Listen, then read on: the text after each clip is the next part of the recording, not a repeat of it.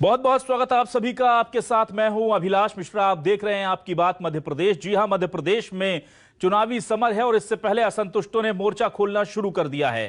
कांग्रेस में महिला कांग्रेस कार्यकारिणी को लेकर विवाद है। अर्चना जायसवाल को पद से हटा दिया गया। विभा पटेल को महिला कांग्रेस की कमान दी गई, जिसको लेकर के बीजेपी तो सियासत कर ही रही है, लेकिन अर्चना जायसवाल भी काफी नाराज नजर आ रही हैं। बीजेपी कह रही है कि हनुमान चालीसा कराने के चलते उनकी छुट्टी कर दी गई। उधर कांग्रेस के पूर्व विधायक राजनारायण सिंह ने मंडलम और सेक्टर पर सवाल उठा दिए और कहा कि यह सब फर्जीवाड़ा है। खुद दिग्विजय सिंह भी इसे लेकर कांग्रेसियों से कह चुके हैं कि अब कम से कम आप गुटबाजी बंद कीजिए और कहीं ना कहीं आकर के काम कीजिए, क्योंकि यह चुनाव कांग्रेस के लिए आखिरी मौका है। उधर बीजेपी सांसद केपी यादव ने भी असंतोष जाहिर किया है और एक बार फिर सिस्टम के जरिए कहीं ना कहीं आला कमान पर भी निशाना साध दिया है, क्योंकि वो बार बार कह रहे हैं कि उनकी अनदेखी की जा रही है उनके ही अपने क्षेत्र में।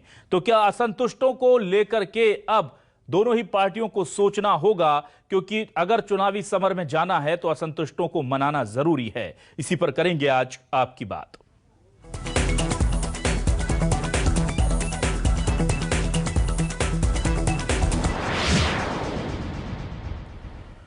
तो आइए सबसे पहले आपको वो बयान सुना देते हैं, चाहे वो अर्चना जायसवाल हो, तमाम लोग हों, किस तरह से कह रहे हैं कि वो कहीं ना कहीं नाराज नजर आ रहे हैं और उसको लेकर क्या प्रतिक्रियाएं आ रही हैं। सबसे पहले कुछ बयानों के जरिए मध्य प्रदेश की पॉलिटिक्स का सिनारियो क्या है ये आप समझिए।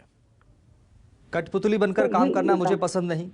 समझेंगे कैसे? हाँ, कहीं भी नहीं है, बिल्कुल कहीं भी नहीं कर सकते हैं भाई। हम लोग जागरूक, हम लोग हाईली माने हम लोग सकारात्मक सोचने वाले हाईली क्वालिफाइड लोग हैं हम लोग हैं। तो इसका हम सोनिया गांधी जी को, राहुल गांधी जी को ऊपर जाके हम इस स्थिति से अवगत कराएंगे। ये मैं समझता हूँ कि इस तरह का चार्ज लगाना कहीं से भी उचित नहीं है।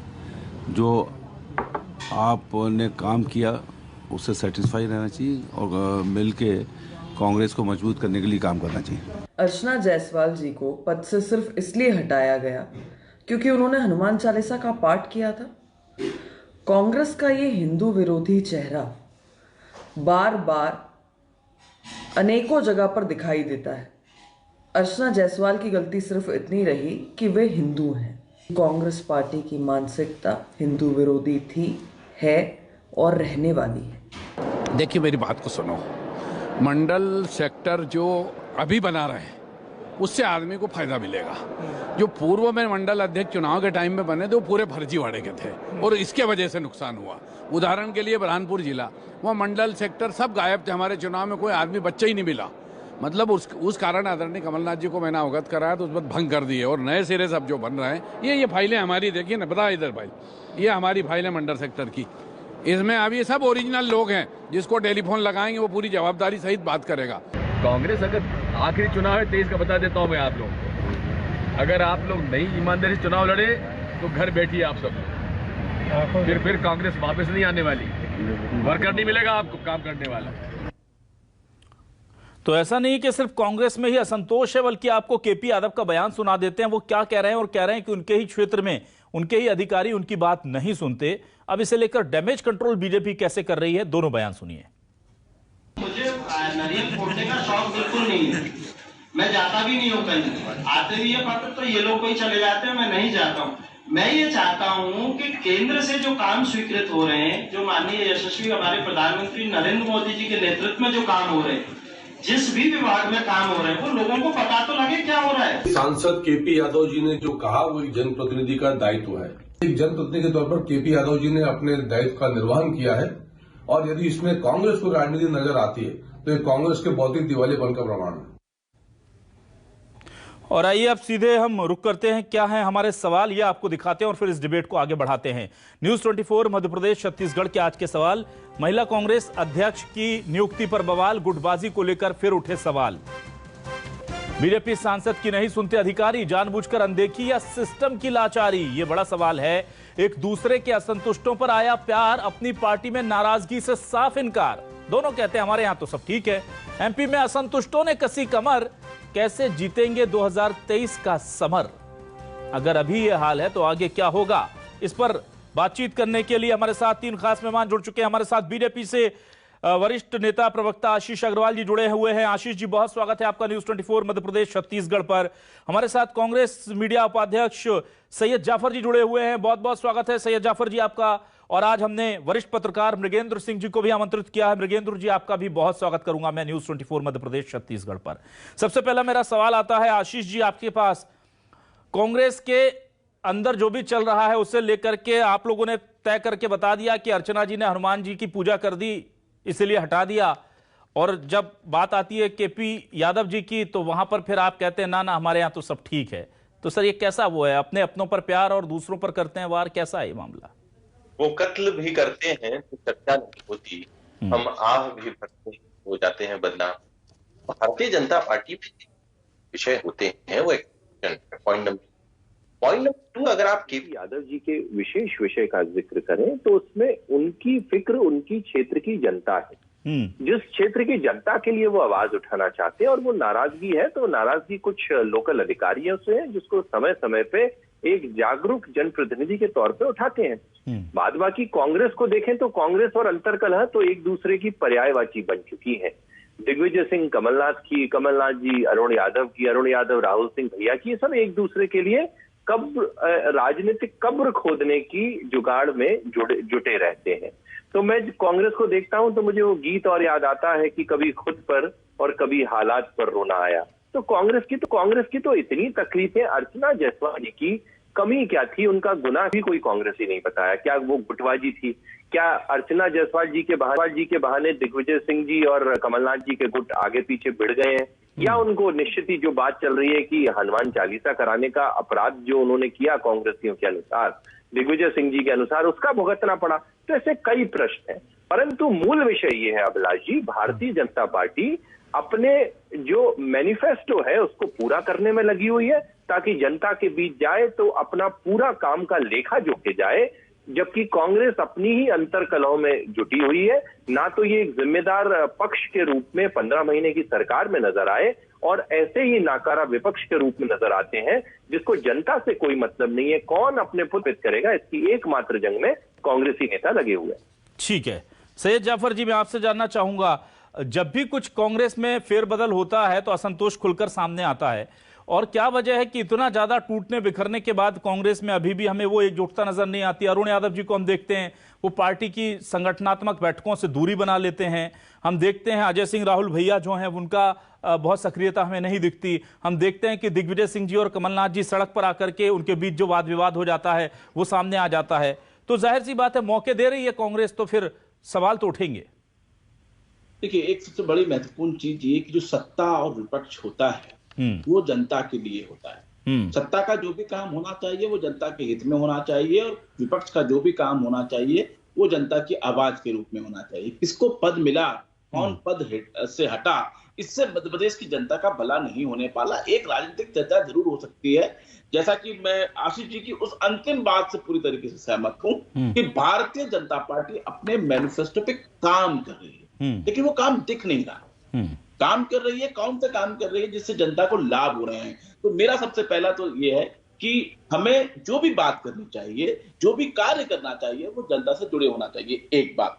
दूसरी बात ये कि हम अगर केपी यादव जी की बात करते हैं, वो एक सांसद है और वो एक एसपी और कलेक्टर दिशा की जो बैठक होती है सांसद की अध्यक्षता में, वो क्या कहते हैं कि उनके जिले में सट्टा, जुआ, शराब, चरस के अवैध काम खुलेआम चल रहे हैं। इस पर भारतीय जनता पार्टी की सरकार के नेताओं को जवाब देना चाहिए, मंत्रियों को जवाब देना चाहिए, एक बात। दूसरी बात, ब्रजेंद्र सिंह यादव क्या कहते हैं, किसकी उपस्थिति में कहते हैं?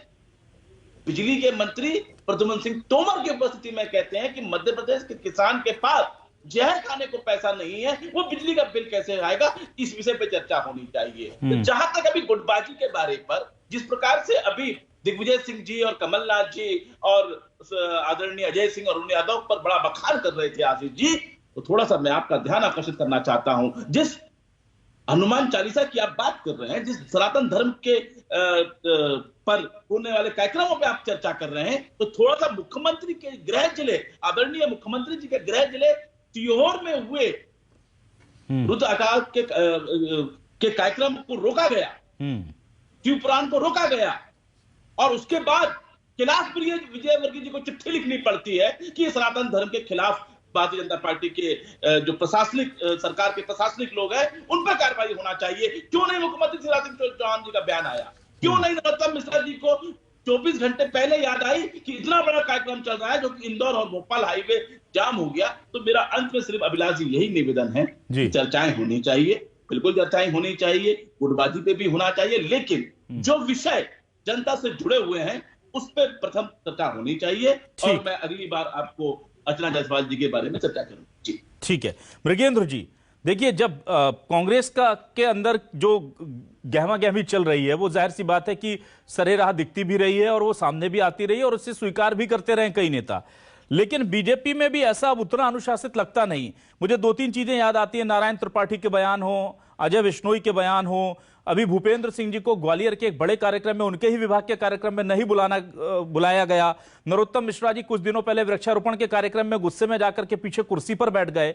तो ऐसी बहुत सारी चीजें दिखती हैं। हालांकि अनुशासन जाहिर तौर पर बीजेपी में ज्यादा नजर आता है, लेकिन असंतोष तो दिख रहा है दोनों पार्टियों में। देखिए, वो भूपेंद्र सिंह जी कार्यक्रम ग्वालियर के नहीं इंदौर का था। जी हेलो, हाँ जी बोलिए, मैं सुन रहा हूँ। इंदौर कार्यक्रम का तो ग्वालियर का नहीं था। जी जी जिसे हाँ और देखिए, गुटबाजी की जहाँ तक बात है, कांग्रेस में तो हमेशा से गुटबाजी, आप कांग्रेस गुटों में बटी रहती है टुकड़ा, उसमें कोई संगठन की कौन कितना सुनता है देखने, जिसको देखो तो वहाँ गुटबाजी नहीं, वहाँ जागीरदार थे कांग्रेस में। हर क्षेत्र के अपने अलग जागीरदार होते हैं और वो अपनी जागीरदारी चलाते रहें और कांग्रेस लंबे समय से इसी उसमें चलती आ रही है। लेकिन अब परिस्थितियाँ बदल गई हैं। अब ना जागीरदारों की चल रही, जनता उनकी सुन रही, और ना और लोग जो हैं, तो कांग्रेस की तो ये, अगर कांग्रेस सही स्थिति में होती तो जो कांग्रेस के विवाद है उस तरह के, तो ये स्थिति में नहीं होती। जिस स्थिति में कांग्रेस पहुंची है तो उसके लिए कांग्रेस के बड़े नेता ही जिम्मेदार हैं। जी, चाहे भले कोई कार्यकर्ताओं कहते रहे कि एक नहीं लड़, लेकिन इनको आखिर प्रश्रय कौन देता है?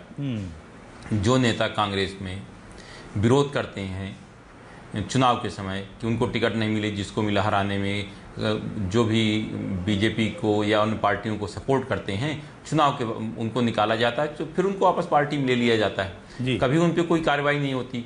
अभी ये कमलनाथ जी का जो कार्यक्रम रीवा जिले के मनगांव में हुआ था, उसमें क्या हुआ सबको मालूम है, लेकिन कभी किसी पे कार्रवाई। इसलिए कांग्रेस में जो इतनी गुटबाजी है, कोई किसी की सुनता नहीं, उसका कारण है कि संगठन का डर नहीं है। कांग्रेस किसी के खिलाफ कार्रवाई में डरती है। हम कहते हैं कार्रवाई तो करिए, कार्रवाई अगर कोई गलत कर रहा है, 1-2 को जब तक कार्रवाई नहीं करेंगे क्या समझ में आएगा कि हाँ कार्रवाई हो रही, नहीं तो कोई मतलब नहीं। ठीक है, ये हमको टिकट नहीं मिला, इसको मिल गया, इसका विरोध करो, ठीक है, हार जाए देखें, या फिर हम बड़े नेताओं के माध्यम से फिर पार्टी में वापस आ जाएंगे। लेकिन भारतीय जनता पार्टी में ऐसा नहीं है। भारतीय जनता पार्टी में संगठन है, एक डर होता है, संगठन मंत्रियों का डर होता है, संगठन का डर होता है। लेकिन जब कोई भी पार्टी बहुत बड़ी हो जाती है, जैसे भारतीय जनता पार्टी बहुत बड़ी पार्टी, विश्व सबसे बड़ी पार्टी कही, तो थोड़ा बहुत उसमें टकराव होता है और वो दिखता भी है। जैसे आप बात कर रहे हैं कैलाश विजयवर्गीय जी ने पत्र लिखा, या अजय बिश्नोई जी का आपने जिक्र किया, या नारायण त्रिपाठी जी बीच बीच में पत्र लिखते, तो निश्चित रूप से कोई पार्टी बहुत बड़ी होती इस तरह का विरोध होता रहता है। KP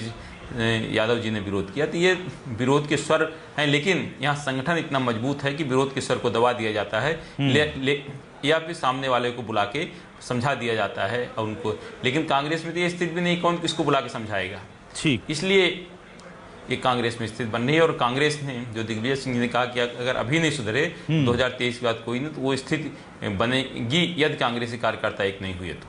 ठीक है, आशीष जी मैं आपके पास आता हूँ। आशीष जी, यहाँ देखा जा रहा है कि बीजेपी जो है वो बहुत अच्छे से मुद्दों को मोल्ड कर लेती है। जब यही महिला कांग्रेस की अध्यक्ष अर्चना जायसवाल हनुमान चालीसा करा रही थी, तो उसको लेकर के बीजेपी ने जबरदस्त आपत्ति जताई थी। फिर उसके बाद जब उसमें से एक स्लीपर पहने हुए कोई वीडियो वायरल करके बीजेपी ने उस पर भी आपत्ति जताई थी कि देखिए ये लोग हमारी धार्मिक भावनाओं को ठेस पहुंचा रहे हैं, और तमाम तरह से चीजें हुई थी। और अब वही अर्चना जायसवाल चूंकि अब असंतुष्टों के खेमे में है कांग्रेस के, तो उन पर बीजेपी को प्यार आ रहा है और कहा जा रहा है कि उनको इसलिए हटा दिया क्योंकि उन्होंने हनुमान चालीसा कराई थी। तो सर, आप अगर शिव पुराण बीजेपी के शासन में कहीं रुक जाए तो उस पर ना बोल करके कांग्रेस के मामले में हनुमान चालीसा के मामले को जोड़ करके वहां के पदाधिकारियों की छटनी की बात बताते हैं, तो ये बहुत सेलेक्टिव सर हिंदुइज्म नहीं हो रहा है? देखिए, सिलेक्टिविज्म की बात नहीं है। अगर हिंदुइज्म की कोई बात करती है तो वो भारतीय जनता पार्टी तो करती है। ये तो उसको आतंकवाद से जोड़ के देखते हैं, तालिबान से जोड़ के देखते हैं और खुल के समर्थन करते हैं।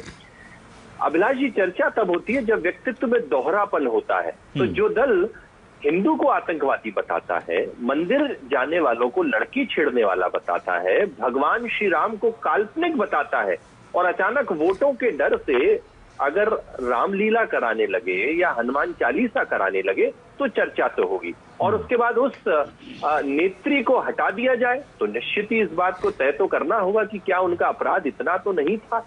तो ये कांग्रेस है, अंतरकला इस लेवल पे पहुंच गई है कि दिग्विजय सिंह जी ने अभी कुछ दिन पहले कहा था कि अगर अब एकजुट नहीं हुए तो 2023 में समाप्त हो जाएंगे। सच्चाई है अभिलाष जी, ये आईएनसी इंडियन नेशनल कांग्रेस नहीं, आईएमसी बन गई है, इंडियन मजबूर कांग्रेस। राष्ट्रीय स्तर पे राहुल गांधी इनकी मजबूरी, पंजाब में सिद्धू इनकी मजबूरी, राजस्थान में सचिन पायलट और मध्य प्रदेश में दिग्विजय सिंह मजबूरी।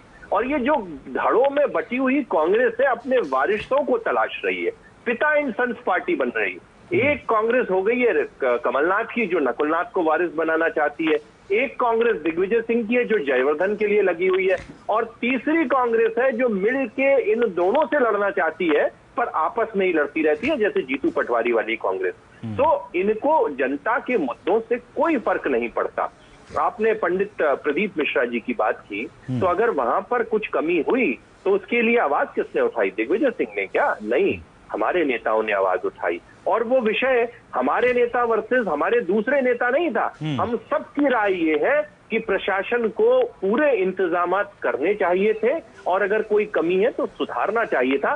जब हमने कुंभ जैसा आयोजन कराया, जब हमने उज्जैन में हमने वर्ल्ड रिकॉर्ड बनाया, तो ये कथा भी हो सकती थी, इसको स्वीकारने में कोई बुराई नहीं है। तो भारतीय जनता पार्टी है जो आस्थाओं को चुनावी पलड़ों पे नहीं तौलती, बल्कि कांग्रेस तो यही तय नहीं कर पा रहे कि उन्हें अर्चना जायसवाल चाहिए जो हनुमान चालीसा कराती है, या आरिफ मसूद चाहिए जो सदैव हिंदू धर्म को गाली देने का प्रयास करते हैं, या दिग्विजय सिंह जैसे नेता चाहिए जिनको सिर्फ ध्रुवीकरण और तुष्टीकरण की राजनीति करनी है। ठीक है, चलिए मैं आता हूं। सैयद जी, आप कुछ कहना चाहेंगे? क्या आपको लगता है कि वाकई में अर्चना जायसवाल जी को सिर्फ इसलिए हटा दिया गया या फिर कोई वैलिड रीजन रहा? क्योंकि अर्चना जायसवाल जी से जब अभी हमने न्यूज़ 24 एमपीसीजी ने बात की थी तो वो फोनो भी मैंने उनका सुना है, वो साफ तौर पर कह रहे हैं कि मैं अपनी बात आला कमान तक पहुंचाऊंगी और मैं काम करने वाली महिला हूं, मुझे काम अगर दिया जाता है तो मैं करती हूं, लेकिन हमें अगर काम नहीं मिलेगा, काम करने से रोका जाएगा तो दिक्कतें होंगी। उनके कहने का तात्पर्य लगभग ये था। क्या कहेंगे आप? देखिए, मैं पहले तो अर्चना जायसवाल जी की बात को क्लियर कर दूं, फिर मैं आशीष भाई की बात को क्रमबद्ध तरीके से जवाब दूंगा। देखिए, एक तो ये है कि अर्चना जायसवाल जी महिला कांग्रेस की पूर्व में भी प्रदेश की अध्यक्ष रही हैं और काफी लंबा 2-3 साल 4 साल का उनका कार्यकाल रहा है। वही सब चीजों को देखते हुए उनको दोबारा महिला कांग्रेस का अध्यक्ष बनाया गया था। और जब उनको बनाया गया था, जब उनको ये अच्छी तरीके से मालूम था कि एक टाइम बॉन्ड उनको बनाया गया है, क्योंकि उस वक्त और भी महिला नेत्रियों के बारे में स्क्रीनिंग चल रही थी और उनको एक तत्काल उस समय तत्कालीन रूप से हमारी महिला कांग्रेस की अध्यक्ष का निधन हुआ था, इसीलिए उनको अनुभव के आधार पर बनाया गया था और उन्हें खुद को मालूम है कि एक अल्प समय के लिए बनाया गया था। एक बात। दूसरी बात, उनके कौन से कामों में उनको किसने हस्तक्षेप किया और उससे क्या उनको पार्टी को मजबूती में क्या कमी आई है, वो उनका विषय है, वो जरूर जल्द आपको बताएंगे। अब मैं आशीष जी की बात पे आता हूँ। देखिए, मैंने कितने 3-4 बड़े मुद्दों पर, जनता से जुड़े मुद्दों पर बात की। क्या चरस बिक रहा है केपी सिंह यादव जी के क्षेत्र में, सांसद जी के क्षेत्र में? क्या सट्टा चल रहा है, जुआ चल रहा है, जिससे कि नौजवानों पर फर्क पड़ता है, जिससे कि महिलाओं के परिवार में फर्क पड़ता है? उस पर इन्होंने कोई जवाब नहीं दिया। विजेंद्र सिंह यादव ने उठाया बिजली मंत्री के सामने कि किसानों के पास बिजली के बिल बढ़ाने के लिए पैसा नहीं है, जहर खाने के लिए पैसा नहीं है, उनके बिजली के बिलों को होल्ड किया जाए, माफ किया जाए। उस पर आशीष जी ने कोई बात नहीं की। इससे सब लगता है कि भारतीय जनता पार्टी के नेतागण जनता से जुड़े हुए सवालों पर जवाब नहीं देना चाहते। अब इन्होंने ये कहा कि आतंकवाद, हिंदू धर्म को आतंकवाद से जोड़ा। देखिए आशीष जी, ऐसी बातें मत कीजिए। आप एक पढ़े लिखे समझदार प्रवक्ता है, आपको समाज में इस प्रकार की विघटन करने वाली बातों को बिल्कुल नहीं बोलना चाहिए। मैं बड़ी जवाबदारी से एक बात कहना चाहता हूं कि हिंदुस्तान के किसी भी कांग्रेस नेता ने कभी भी हिंदू धर्म को आतंकवाद से कभी नहीं जोड़ा, और अगर ऐसा कुछ है तो मैं इसको बड़े जवाबदारी से कहना चाहता हूं कि अगर ऐसा किसी ने कहा है तो वो देश से जुड़े हुए, धर्म से जुड़े हुए, सनातन धर्म से जुड़े हुए सवाल पर उसने गलत किया, उस पर जरूर कार्रवाई होना चाहिए। मैं आशीष जी को चुनौती देता हूं और उनसे निवेदन करता हूं कि हिंदुस्तान में किस कांग्रेसी नेता ने हिंदू धर्म को आतंकवाद से जोड़ा, उस पर तत्काल FIR कीजिए और उसको जेलों की सलाखों पर भेजिए। एक बात। दूसरी बात, आप आरिफ मसूद को जोड़ने लगे, आप ये कहने लगे कि कांग्रेस के नेताओं ने भगवान राम को काल्पनिक कहा। गलत बात, किसी भी कांग्रेस के नेता ने काल्पनिक नहीं कहा। और अगर कहीं भी अगर आपके पास ऐसे तथ्य हैं तो मैं उसके लिए भी आपको चुनौती देता हूं कि आप जरूर जाइए और उनके खिलाफ FIR कीजिए, उनको जेल के अंदर डालिए। मैं आपका थोड़ा ध्यान आकर्षित करना चाहता हूं आशीष जी, ये ठीक है, मैं मृगेंद्र जी के पास आता हूं। जहां पे हो रहा है राम मंदिर का निर्माण, जहां पे हो रहा है उस मंदिर का ताला ठीक है तत्कालीन प्रधानमंत्री राजीव गांधी जी ने ही खुलवाया। ठीक है मृगेंद्र जी, कांग्रेस पार्टी की सोच, मृगेंद्र जी नहीं, ये थोड़ा डिफर हो रहे हैं हम लोग। ठीक है मृगेंद्र जी, ताला नहीं खोलते। ठीक है जाफर जी, ठीक है ना ठीक है, ताला खोला गया, ये तथ्य है। ये भी तथ्य है कि हलफनामा सुप्रीम कोर्ट में केंद्र की सरकार की तरफ से दिया गया था, वो भी तथ्य है सर। मैं मृगेंद्र जी के पास आता हूं, आज हमारा डिबेट कुछ और है। मृगेंद्र जी, मुझे बताइए कि हमने देखा कि राजनारायण सिंह जी ने एक बड़ी स्वीकारोक्ति की और कहा कि बुरहानपुर चुनाव में जो मंडलम सेक्टर प्रभारी बनाए गए थे वो फर्जी थे और अब जो हम बना रहे हैं वो सही है। तो एक कांग्रेस का वरिष्ठ नेता, पूर्व विधायक, ये बात कह रहा है कि बुरहानपुर के उपचुनाव जैसे उपचुनाव को फर्जी तरीके से कांग्रेस ने संगठन बना करके लड़ा था, तो फिर कैसे जीत की उम्मीद करते हैं? और इस बात की क्या गारंटी है कि इस बार का सही है? अगर कुछ चुनाव के परिणाम उल्टे सीधे आते हैं तो फिर हो सकता है थोड़े दिनों बाद फिर कोई कह दे कि ये इस बार भी गड़बड़ थे, डिजिटल बने थे, ये भी गड़बड़ थे। तो क्या आपको लगता है कि ये बहुत बड़ा धोखा हुआ और जिन लोगों ने फर्जी बनाए तो उन पर कार्रवाई क्या हुई? देखिए, मैं वही बात मैंने कहा था कि कांग्रेस में कोई कुछ भी करता रहा कभी उस पर कार्रवाई नहीं होती। राजनारायण सिंह जी ने कहा, बिल्कुल सही कहा, यहाँ जो सेक्टर बन रहे हैं, मंडलम बन रहे हैं, ऐसे ही बन रहे हैं। वास्तव में कांग्रेस पार्टी में जो जमीनी कार्यकर्ता है, जो जमीन में रहकर कार्य करता है, संघर्ष करता है, लाठी डंडा खाता है, उसकी कोई पूछ नहीं है। केवल उन्हीं लोगों को पद दिए जाते हैं जो यहाँ आकर परिक्रमा करते हैं कांग्रेस नेताओं के, बड़े नेताओं के, प्रदेश कांग्रेस कार्यालय के। कांग्रेस के किसी नेता को कोई मालूम है कि उनके कितने प्रदेश महामंत्री हैं, कितने प्रदेश उपाध्यक्ष हैं, कितने प्रदेश सचिव हैं? जो यहाँ आए घूमते सबको पद बांट दिए गए। और जो वास्तव में जो कांग्रेस से गरीब वर्कर है, गरीब कार्यकर्ता जो यहाँ नहीं आ सकता, लोगों से नहीं मिल सकता, जो केवल पार्टी के लिए वहाँ, उसको कोई पूछने वाला नहीं है। इसीलिए स्थिति बन रही है। आप भारतीय जनता पार्टी को देखिए, अगर किसी टिकट दिया जाता है, किसी को लाया जाता है तो नीचे से उठा के लाया जाता है, गांव से लाकर, सरपंच से लेकर मंडलम से के बाद सेक्टर में आता है, जिले में आता है। यहाँ तो सब वो सर्वे हो गया, सर्वे कौन किया किसी को नहीं मालूम, उसको टिकट दिया जाता है। तो कांग्रेस में जब तक जमीन में रहने वाले कार्यकर्ताओं को मौका नहीं मिलेगा तब तक यही स्थिति बनेगी। और राजनारायण सिंह जी ने कोई गलत नहीं कहा, ये अगर जाँच की जाए तो पूरे प्रदेश की यही स्थिति होगी। ठीक है, मैं आता हूं आशीष जी। सर आशीष जी, देखिए बहुत गंभीर बात कही थी सैयद जाफर जी ने और आपने जवाब नहीं दिया। आपसे अपेक्षा है कि आप वो देंगे। पहला तो ये कि अगर संगठन में सब ठीक है तो क्या फिर सरकारी सिस्टम गड़बड़ हो रहा है? क्योंकि आपके एक मंत्री दूसरे मंत्री के सामने कह रहे हैं, या एक विधायक दूसरे मंत्री के सामने कह रहे हैं कि किसानों के पास जहर खाने को पैसे नहीं है, और आप कह रहे हैं कि हमने किसानों की आय दोगुनी कर दी। आपके एक सांसद अधिकारियों के सामने कह रहे हैं कि अफीम बिक रही है, चरस बिक रही है, शराब बिक रही है, और आप कह रहे हैं कि छोटी मोटी नाराजगी है। तो सर ये नाराजगी छोटी मोटी नहीं है, ये तो बहुत बड़ी चिंता का विषय होना चाहिए। नहीं, देखिए, दो बातें अलग अलग हैं अभिलाष जी। सबसे पहले तो ये जो आप किसानों की बात कर रहे हैं, तो ऑन रिकॉर्ड मुख्यमंत्री शिवराज सिंह जी चौहान ने अभी किसानों के लिए एक आयोजन किया था जिसमें 1,73,000 करोड़ का सरकारी आंकड़ा उनने आप सब मीडिया के बंधुओं के सामने रखा था, जो उन्होंने 20 मार्च 2020 के बाद से जो सरकार संभाली है, जनता किसानों के खातों में डायरेक्ट बेनिफिट ट्रांसफर से पहुंचाया है। मेरे कांग्रेसी मित्र तथ्यात्मक रूप से बताएं कि इनकी कौन सी सरकार ने इससे ज्यादा दिया है। एक बात कि मेरे कांग्रेसी मित्र जितनी भी बातें कर रहे थे कि कार्यवाही कीजिए, देखिए लोकतंत्र है और इस लोकतंत्र में भारतीय जनता पार्टी ने लगातार कांग्रेसियों पर कार्रवाई की है। जब इन्होंने 2005-6 में आशीष जी सरकार में भगवान श्री राम को काल्पनिक बताया था, तब भी हमने जनता की अदालत में जाके केस कराया और ये उस केस को हारे। जब इन्होंने दिग्विजय सिंह ने खुल के हिंदू आतंकवाद शब्द को कहा, इनके राहुल गांधी ने कहा कि इनको ISS से डर नहीं, इनको RSS से डर लगता है, हिंदू टेरर से डर लगता है, तब भी जनता की अदालत में इन्होंने केस को हारा। और उसके बाद जो इनकी ऐतिहासिक गलतियां थी उसको भी जनता ने इनको 400 से 40 पर लाके तय कर दिया एक बार। जिन लोगों ने 15 महीने की कमलनाथ सरकार में जनता की जितनी जनहितैषी योजनाएं थी उनको बंद करके, मेरा सवाल सर आप फिर सैयद जाफर जी के सवाल से देखिए थोड़ा डिफर हो रहे हैं। मेरा सवाल ये है कि आप कह रहे हैं कि ये मीडिया को पता है कि कितने लाख आपने दिए हैं किसानों को, सर आपके मंत्री को नहीं पता?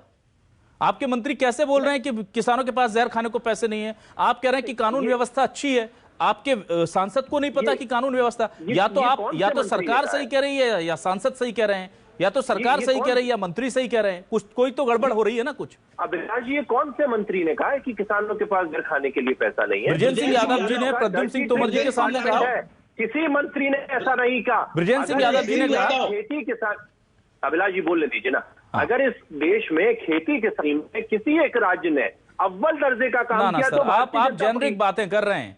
मैं आपको नाम बता रहा हूं, बृजेंद्र सिंह यादव जी ने प्रद्युम्न सिंह तोमर जी से कहा कि किसानों से वसूली बंद कीजिए, उनके पास जहर खाने को पैसे नहीं है, जिसमें उन्होंने इस बात को कहा ये कांग्रेस का डिपार्टमेंट है, ऐसी कोई बात नहीं है। Point number 1, Bharatiya Janata party के शासन में मध्य प्रदेश ने कई बार किसानों के लिए, मैं वीडियो भिजवा दूंगा आशीष जी आपके पास। अरे सुनिए ना मेरी बात। देखिए पानी कितना गर्म है या ठंडा ये बातों से तय नहीं होगा ना, थर्मामीटर करेगा कि उसका माप कितना है। तो चलिए ठीक है, कृषि विकास दर जिस तेजी से बढ़ी, ना सर आपके सारे आंकड़े स्वीकार हैं आशीष जी सारे आंकड़े स्वीकार हैं आशीष जी, आपके सारे आंकड़े स्वीकार हैं, हम तो सवाल उठा ही नहीं रहे ना आशीष जी। कांग्रेसियों ने कर्ज माफी का वादा किया और उसके बाद कांग्रेस इसीलिए विपक्ष में बैठी है आशीष जी। कांग्रेस इसीलिए विपक्ष में है और कांग्रेस ने ये सवाल नहीं उठाए आशीष जी, आपको समझना होगा। ये सवाल उठाए हैं, जो सवाल उठाए जा रहे हैं वो केपी यादव जी कह रहे हैं कि अफीम और चरस बिक रहा है, ये कांग्रेस नहीं कह रही है सर। कुछ सच्चाइयों को स्वीकार कीजिए प्लीज। सुनिए ना अभिलाष जी, मैंने अभी आपको किसानों के विषय पे जवाब दिया ना, आपने सर आपने उसको डिनाई किया। अभिलाष जी, आप मूर्धन्य पत्रकार हैं, आप प्रश्न पूछ के मुझे जवाब देने का मौका दें। देखिए केपी यादव जी एक जनप्रतिनिधि है और जनप्रतिनिधि के तौर पे जब प्रशासन की कोऑर्डिनेशन मीटिंग होगी, वहां पर अगर उनके संज्ञान में जनता कुछ बात लाएगी तो क्या वो दबा जाए? क्योंकि हम माफिया नहीं है, एक कांग्रेसी होते थे जिनकी सरकार में ऑफिशियल माफिया होते थे, दिग्विजय सिंह इनकी सरकार का। ठीक है, चलिए 30 सेकंड में दे रहा हूं सैयद जाफर जी को प्लीज। 30 सेकंड सर, माफिया शराब माफिया सैयद जाफर जी प्लीज, हाथ पे हाथ रख के बैठे रहते थे और भारतीय जनता पार्टी ना बोलिए सर, समय खत्म हो रहा है, प्लीज बोलिए। तो उसमें चर्चा नहीं होनी चाहिए ना आशीष जी, बस आशीष जी 30 सेकंड है, आशीष जी 30 सेकंड है sir, Ashish ji sir please. हाँ सैयद जाफर जी 30 सेकंड में अपनी बात खत्म करें प्लीज। देखिए मैं आशीष जी का धन्यवाद करता हूं जो इन्होंने आदरणीय शिवराज सिंह चौहान जी के 22 महीने की सरकार का जो आंकड़ा पेश किया कि 1,75,000 करोड़ इन्होंने किसानों को दिया। लेकिन क्या आशीष जी आपको मालूम है किस किस चीज में दिया? क्या पहली बार दिया? पहला इन्होंने दिया फसल के उपार्जन पर लगभग 80,000 करोड़ रुपया। तो जो किसानों से आपने गेहूं खरीदा, जो किसानों से आपने धान खरीदा, जिस किसानों से आपने दाल खरीदी, क्या उसका पैसा आप नहीं दोगे? ये सरकार ने कोई किसानों पर एहसान नहीं किया। ठीक। चलिए मृगेंद्र जी से अंतिम कमेंट, एक मिनट बस मृगेंद्र जी के पास 20 सेकंड के लिए आ रहा हूं। मृगेंद्र जी अंतिम 20 सेकंड में, मृगेंद्र सर आपसे मैं जानना चाह रहा था, क्या आपको लग रहा है कि आने वाले दिनों में भी असंतोष कांग्रेस के लिए ज्यादा मुसीबत है बजाय बीजेपी के? आपने तो उनका आर्थिक मृगेंद्र जी, आपने उनको 2 लाख तक का कर्ज। सर एक minute Syed Jafar ji, Ashish ji please, Ashish ji please. Mrigendra ji, क्या कांग्रेस के लिए असंतोष ज्यादा बड़ी चुनौती है बीजेपी के बजाय? निश्चित रूप से कांग्रेस के लिए बहुत बड़ी चुनौती है संतोष। अगर कांग्रेस ने संतोष को नहीं दबाया तो 2023 भी कांग्रेस के लिए बहुत मुश्किल होगा। जी बिल्कुल, बहुत बहुत शुक्रिया आशीष जी, सैयद जाफर जी, मृगेंद्र सिंह जी हमारे साथ जुड़ने के लिए और इस डिबेट का हिस्सा बनने के लिए तमाम दर्शकों का शुक्रिया।